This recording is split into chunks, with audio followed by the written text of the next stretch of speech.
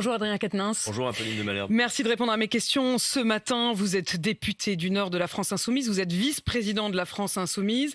On va essayer de répondre à cette question ce matin. Jean-Luc Mélenchon peut-il vraiment prétendre devenir Premier ministre ? Mais avant cela, je voudrais qu'on revienne sur la question de la réforme des retraites, puisque dimanche soir, Emmanuel Macron, en partie élu avec les voix de ceux qui avaient au premier tour voté pour Jean-Luc Mélenchon, a dit « ça m'oblige ». Ça m'oblige de devoir aussi mes voix à des gens comme vous. Et pour autant, dès le lendemain, il lance la réforme des retraites. Est-ce que vous espériez peut-être un geste ? Quand je dis il lance la réforme des retraites, c'est qu'il dit, par la voix de ses ministres, que cette réforme, il faudra la faire. Alors, non seulement il dit ça, mais en plus, vous avez vu que hier, Bruno Le Maire, son ministre de l'économie, n'exclut pas le recours éventuel à un 49.3 pour la passer en force. Il dit qu'il ne peut pas garantir qu'on ne l'utilisera pas, et par ailleurs, il précise qu'il ne peut pas garantir le passage en force. Bon, non, écoutez, on va se dire les choses franchement. Nous étions exclus de ce second tour. Ni l'un ni l'autre des deux protagonistes ne pouvaient prétendre nous représenter. Marine Le Pen n'a pas pris le pouvoir, c'est une bonne chose. Maintenant, il faut faire en sorte qu'Emmanuel Macron ne le garde pas. On va en parler après, mais son projet est un projet d'une brutalité sociale sans nom. Et en particulier sur la question des retraites. Pourquoi ? Parce que d'abord, on sait qu'une majorité de Français ne souhaitent pas cette réforme des retraites. Au contraire, 71% des Français, ils ont quand même élu Emmanuel Macron. Et on ne peut pas dire qu'il n'avait pas prévenu juste avant qu'il ferait la retraite de 65 ans. Si vous voulez, on peut s'arrêter un instant là-dessus. Mais Emmanuel Macron a été élu à la faveur d'un duel qu'il a lui-même conçu. Parce qu'il a tout fait pendant 5 ans pour faire monter l'extrême droite, pour obtenir ce face-à-face. Il l'a obtenu. Et donc, vous n'êtes pas sans savoir qu'une bonne partie de celles et ceux qui, dimanche, ont glissé dans l'urne un bulletin de vote Macron l'ont fait d'abord et avant tout. Il est élu ou pas ? Mais évidemment qu'il est élu. Il a gagné ou il n'a pas gagné ? C'est indiscutable. Il a gagné. Bon. Et il est d'ailleurs, je vais vous le dire avant même que vous me posiez la question, légitime du fait du résultat des urnes. Vous savez pourquoi je vous pose cette question quand même. Cela étant dit, aux retraites, mais puisque vous mettez cette question sur la table. On va y revenir. Mais en attendant, écoutez, supportez l'idée qu'Emmanuel Macron a été élu d'abord à la faveur d'un vote barrage qui a fonctionné. On estime, j'ai vu ça, vous l'avez même commenté, que la moitié des gens qui ont glissé un bulletin Macron dans l'urne l'ont fait pour faire barrage au projet de fracturation et de division de l'extrême droite. On peut d'ailleurs dire de ce point de vue que Mme Le Pen a accompli sa mission. Sa mission, c'était de faire réélire un président détesté qui porte un projet de brutalité sociale, mais le voici réélu. Attendez, là vous avez mis plein de choses sur la table. Je voudrais qu'on essaie de défricher un peu. On a parlé des retraites, on va y revenir. Mais malgré tout, vous dites, il a été élu et il est légitime. C'est mieux en le disant quand même. Oui. Mais c'est mieux en le disant, parce que quand Jean-Luc Mélenchon, première réaction dimanche soir, dit immédiatement qu'il a été le plus mal élu, c'est faux. Non. C'est faux. Non, c'est factuellement faux. Non, ça dépend. C'est factuellement faux. Ça dépend, c'est toujours pareil. Vous allez regarder le chiffre, c'est le président le plus mal élu depuis 1969. Et à l'époque, en plus, la gauche appelait au boycott de cette élection. Je comprends pas comment vous faites le calcul. Je vous explique très simplement et vous allez voir qu'on n'a pas besoin de trop se rentrer dans des calculs d'apothicaire. Il y a eu dimanche, d'abord, un océan d'abstention. 28% d'abstention. 17 millions, je crois, abstention, bulletin nul, bulletin blanc. Donc Emmanuel Macron, est élu dans un océan d'abstention. Ensuite, il est élu à la faveur d'un duel, un face-à-face qu'il a orchestré pendant 5 années avec l'extrême droite. Et donc, la moitié des gens qui ont voté pour lui, vous le savez, ont voté pour faire barrage. Donc, pour économiser un peu de temps et qu'on puisse avancer. Il a été élu avec 58,5% des voix. C'est le troisième meilleur résultat. Dont la moitié, vous l'avez vous-même commenté, sont à la faveur d'un vote barrage. Donc une fois qu'on a dit ça... Il a obtenu 18 millions de voix. Madame de Malherbe, pour qu'on puisse avancer sur notre entretien, je vais vous le redire pour que ça vous fasse plaisir. Il est élu, il est légitime, d'accord ? C'est pas à moi que ça fait plaisir, c'est juste une question de respect de la démocratie. Est-ce qu'on fait ça pendant 10 minutes ? Non, mais c'est une question de respect de la démocratie. Tout à fait. C'est pas du tout anodin. Pardon, mais on va quand même se dire les choses. C'est pas du tout anodin que Jean-Luc Mélenchon commence son discours dimanche soir en disant qu'il a été le plus mal élu. C'est une manière de délégitimer. Non, mais attendez, si vous refusez de voir qu'il est élu, à la faveur d'un face-à-face avec l'extrême droite tout à fait particulier, et du refus d'abord... Non, mais laissez-moi développer. Laissez-moi développer. Ensuite, élu aussi à la faveur d'institutions qui sont à bout de souffle. Apolline de Malherbe, le paysage politique qui émerge à l'issue de ce 10 avril, ce n'est plus le paysage politique du 8 avril. Et si on ne le voit pas, si on ne le supporte pas, alors on fait une erreur de diagnostic. Il y a dans ce pays désormais, depuis le 10 avril en tout cas, 3 blocs politiques à peu près équivalents. Le bloc ultralibéral qu'incarne Emmanuel Macron. Tout est dans le à peu près. Le bloc... non, regardez, ça aussi on peut le faire. Vous êtes arrivé 3e. Bien sûr. Laissez-moi dire les choses, vous allez voir que c'est clair. Un bloc ultralibéral, un bloc d'extrême droite, un bloc populaire, celui que nous avons constitué, qui d'ailleurs a vocation, on va y venir après, à s'élargir. Le vote de Marine Le Pen, il est populaire aussi ? Les ouvriers ont voté Marine Le Pen. Bien sûr, il y a des ouvriers qui ont voté Marine Le Pen. Non, et d'ailleurs, charge à nous de poursuivre le travail que nous avons fait pendant cette campagne, parce que moi, je vois dans l'analyse des résultats que nous avons contribué, contrairement à M. Macron qui lui a fait l'inverse. Nous avons contribué à faire baisser l'extrême droite dans un certain nombre d'endroits en convainquant des gens qui sont en colère, dont la colère est légitime, qui pour autant ne portent pas le projet de division et la vision ethnique de Mme Le Pen de notre pays, mais qui expriment leur colère et qui croient, pour une raison qui, moi, continue de m'échapper et qui reste un défi pour nous dans les mois et les années à venir, que ce bulletin de vote va changer leur sort, va améliorer, je ne sais pas quoi, leur pouvoir d'achat, alors que rien dans le programme de Mme Le Pen ne le prévoyait. Donc Emmanuel Macron est mal élu en réalité, même si ces chiffres sont importants et je ne les conteste pas, mais il est élu face à un duel particulier, à un vote barrage et dans un contexte où les institutions prévoient l'affrontement entre deux blocs, alors que désormais dans notre pays, il y en a trois. Et c'est raison pour laquelle pour un changement des institutions. Bien sûr, merci de le dire, parce qu'on voit bien que ce mode de scrutin uninominal à 2 tours, en quelque sorte, fait que la crise politique n'est pas purgée. À la sortie de cette élection présidentielle, Apolline de Malherbe, toutes les grandes crises ne sont pas soldées. Et les grandes ruptures qui sont ô combien nécessaires, sociales, écologistes, démocratiques, rien n'a été réglé, rien n'a été purgé par cette élection présidentielle. En attendant, ces règles du jeu, ce sont celles qui existent. Des règles du jeu et c'est précisément pour cela que... On est tous obligés de nous évidemment, y plier en attendant peut-être de les changer. Et moi le premier. Je veux dire, Emmanuel Macron a été élu, je m'incline devant le suffrage universel. Par contre, une fois que je me suis incliné devant le suffrage universel, je garde mes opinions, mes convictions et je continue le combat politique avec mes amis. Revenons-en donc aux retraites. Oui. Vous le disiez, c'est vrai que dès le lendemain de ce second tour, par la voix de ses ministres, ils l'ont bien dit, cette réforme des retraites, il faudra la faire. Comment allez-vous la combattre ? Vous allez la combattre, j'imagine, en vous présentant aux législatives, mais d'ici là, il y a cette manifestation, cette journée de mobilisation du 1er mai. Est-ce que vous serez dans la rue ? Bien sûr, et j'appelle toutes celles et ceux qui m'entendent à y être. Même si vous n'avez jamais manifesté de votre vie, si vous êtes de cette majorité de Français qui refuse le passage de la retraite à 65 ans, oui, mobilisez-vous, soyez dans la rue aux côtés de nos cortèges syndicaux ce 1er mai. Pourquoi ? D'un mot, je résume. Il n'est pas vrai, contrairement à ce que dit Emmanuel Macron, que parce qu'on vit plus longtemps, on doit travailler plus longtemps et qu'on aurait un problème de financement des retraites. Apolline de Malherbe, quand Emmanuel Macron dit « il n'y a pas d'autre choix que de travailler plus longtemps », en fait, ce qu'il dit, c'est son intention de ne pas mieux partager la richesse produite. Je m'arrête un instant sur ce sujet. Un travailleur français aujourd'hui, en 2022, à lui seul, produit 3 fois ce que produisait un salarié français il y a 50 ans. C'est la hausse de la productivité. Pour autant, on n'a pas vu que dans cette période où la productivité augmentait... Il est donc plus usé, plus épuisé. Ça dépend dans quel métier. Mais globalement, ce que je veux dire, c'est que la richesse produite avec une quantité de travail humain toujours moins importante est plus forte. Pour autant, on n'a pas vu que dans cette même période, les salariés aient vu leur salaire augmenter en proportion, ni le temps de travail diminuer. Alors, où vont ces gains de productivité ? Eh bien, par exemple, c'est le fait qu'en 10 années, les dividendes versés aux actionnaires ont progressé de 70%, mais que les salaires, eux, n'ont progressé que de 10%. Donc, première chose, en réalité, on peut financer plus de retraites sans nécessairement travailler plus longtemps, dès lors que l'on accepte de mieux partager. Et il est faux de dire que parce qu'on vit plus longtemps, il faudrait travailler plus longtemps. D'abord, l'espérance de vie en bonne santé, depuis 10 ans, elle stagne dans notre pays. C'est une question économique, c'est-à-dire que vous le savez bien. En tout cas, le système tel qu'il est conçu en France, c'est évidemment le système par répartition. Ça veut dire que où les actifs payent pour les retraités, bien sûr. La pyramide des âges, c'est que si vous vivez plus longtemps, vous allez être mécaniquement plus longtemps à la retraite. D'accord. Et il y aura donc plus de personnes à la retraite que de personnes actives. Oui, mais rajoutez dans votre raisonnement le fait que si on produit plus de richesses avec moins de travail humain, il n'y a pas besoin de plus de travail humain pour financer plus de retraites.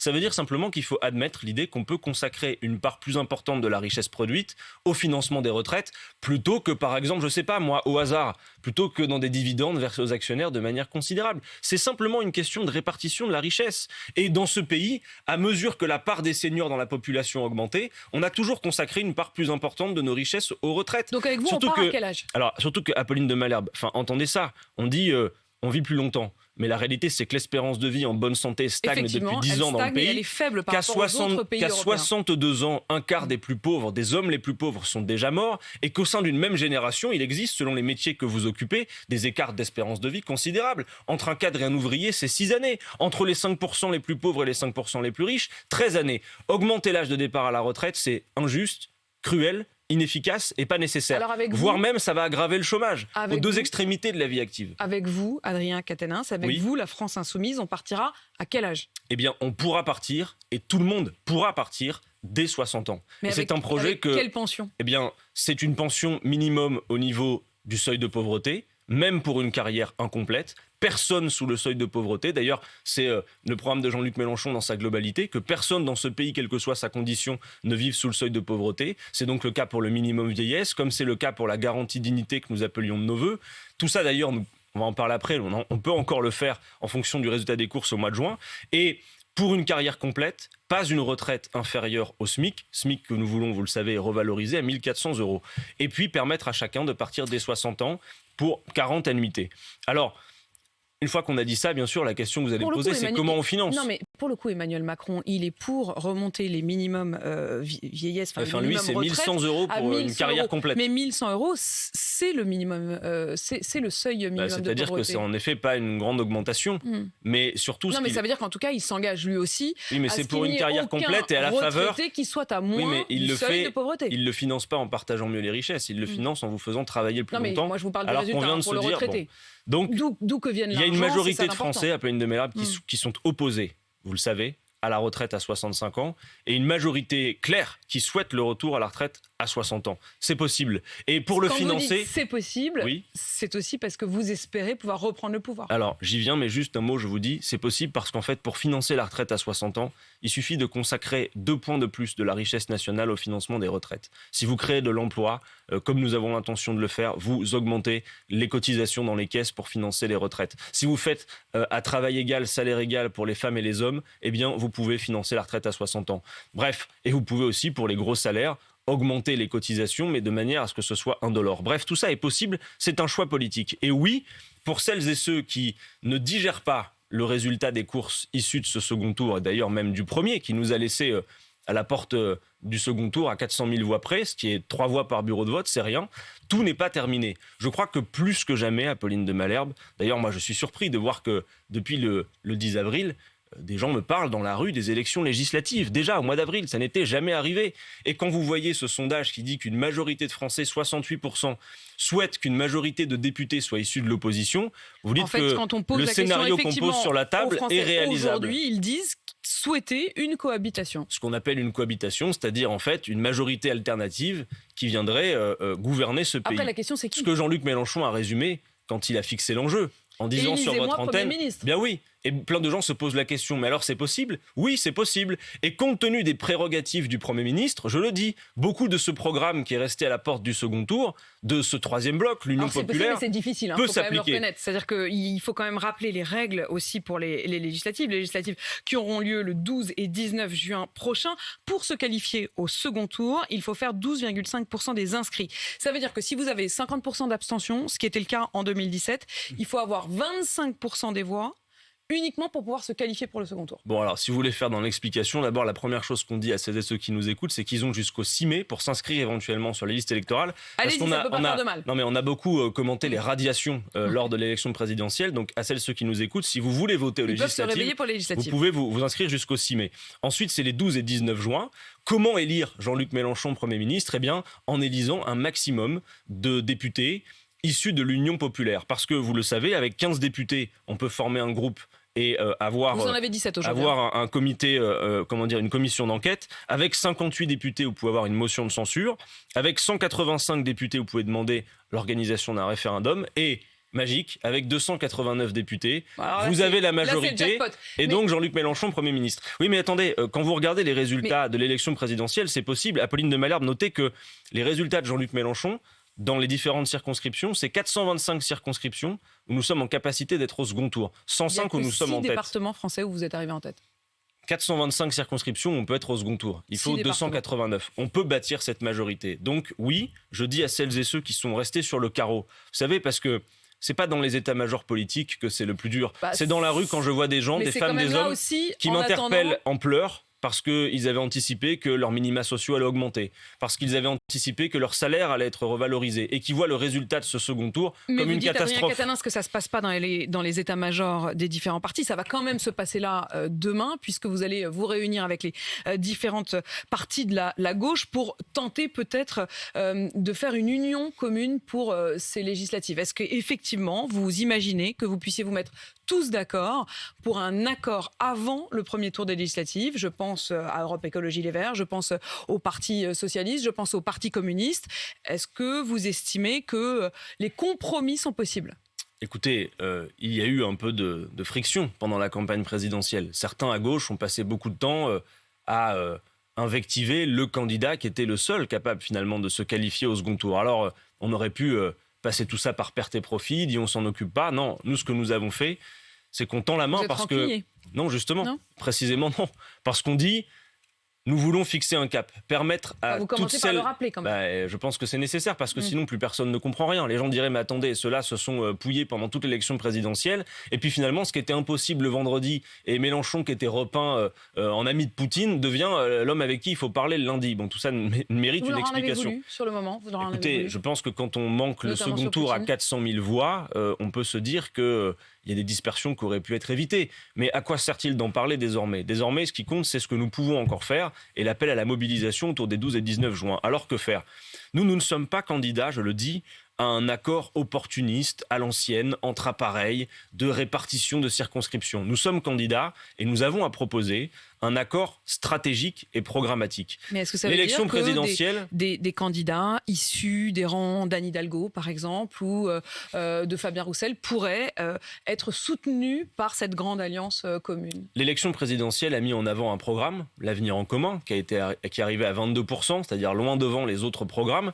C'est ce programme que nous mettons en partage pour le discuter avec d'autres. Ensuite, nous faisons ce que nous aurions fait en cas de qualification au second tour.